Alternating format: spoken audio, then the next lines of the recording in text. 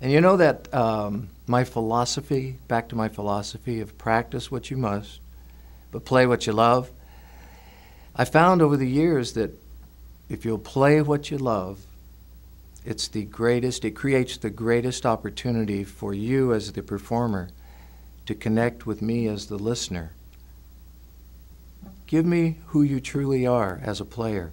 After you've practiced all the time, all those things that you felt like you should practice, comes time to play the guitar, play your heart out, and then we can see if we connect, me as the listener and you as the performer.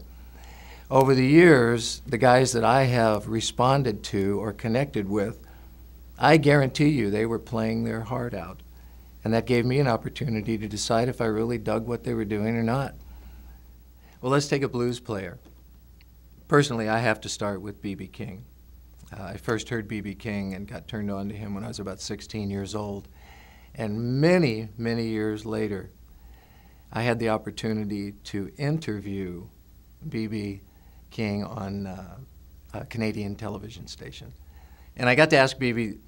one of the most important questions I had ever wanted to ask him. And I said, B.B., do you think you were the first guitar player to play this? I mean, we all know that sounds like B.B. King, right? And B.B.'s response was, probably. Well, when I found a guy like B.B. that I really enjoyed his playing and responded to his heart, I started studying a little bit about how he played, where he put his fingers, what finger he used to bend certain notes, and a lot of us in the key of A will play off of this position.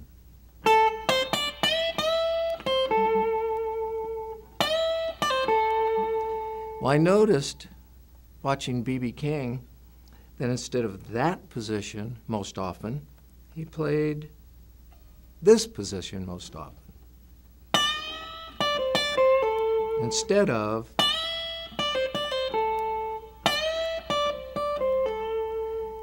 which again was a decision that his heart made over the years, that sounded right to him.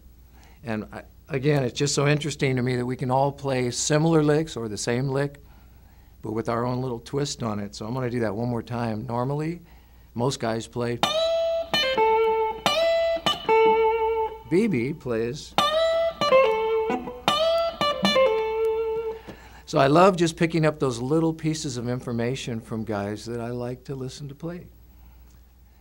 Another one of my favorite players is Albert Collins. Has such a unique voice on the guitar. And if you just take a little piece of what he does, the notes are the same kind of notes that you and I might play. Like for the key of A, often you and I would play. And Albert Collins plays those same notes. But because of the way he does it, it sounds more like this. Rather than. So anyway, I've just paid so much attention over the years to the things about players that I like, and then I try to incorporate that sound or influence into my own music. And eventually, for me, it all kind of melted together, and I sound like Larry Carlton. But you hear pieces of B.B. King and pieces of Albert Collins, and obviously pieces of Albert King, too, with his overbending kind of thing. So I'm encouraging you to take a piece of all the guys you like, get it worked out so that you know what their basic thing is, go to your gig, play your heart out.